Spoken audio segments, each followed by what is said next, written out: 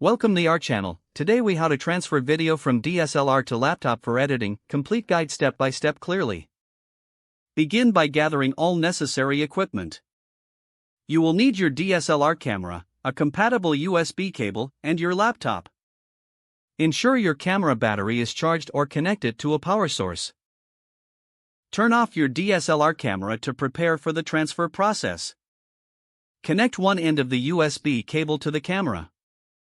Connect the other end of the USB cable to an available USB port on your laptop. Power on your DSLR camera. A prompt may appear on the camera's display regarding the USB connection mode. Select the option that allows for data transfer, often labeled as PC or transfer.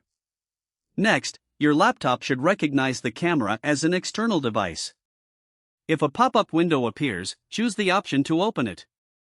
If not, navigate to this PC or My Computer on your laptop.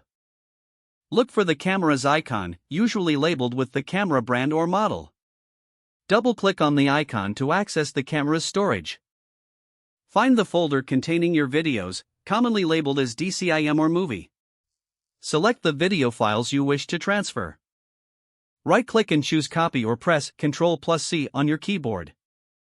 Navigate to the folder on your laptop where you want to save the videos. Right-click in that folder and select Paste or press Ctrl+V. Wait for the transfer to complete, as larger files may take longer. Once completed, safely eject the camera from your laptop. To do this, click on the Remove Hardware icon in your system tray. Finally, power off your DSLR camera and disconnect the USB cable. Your videos are now ready for editing on your laptop. If the page does not load, refresh the browser or try again in a private or incognito window. Make sure you are using the correct email address, then retype it carefully to avoid small typos.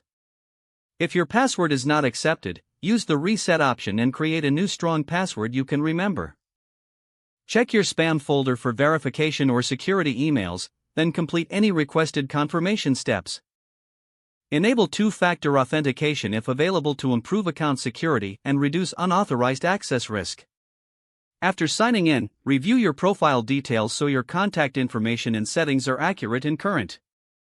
If you see an error message, note it down and try again after restarting your device and internet connection.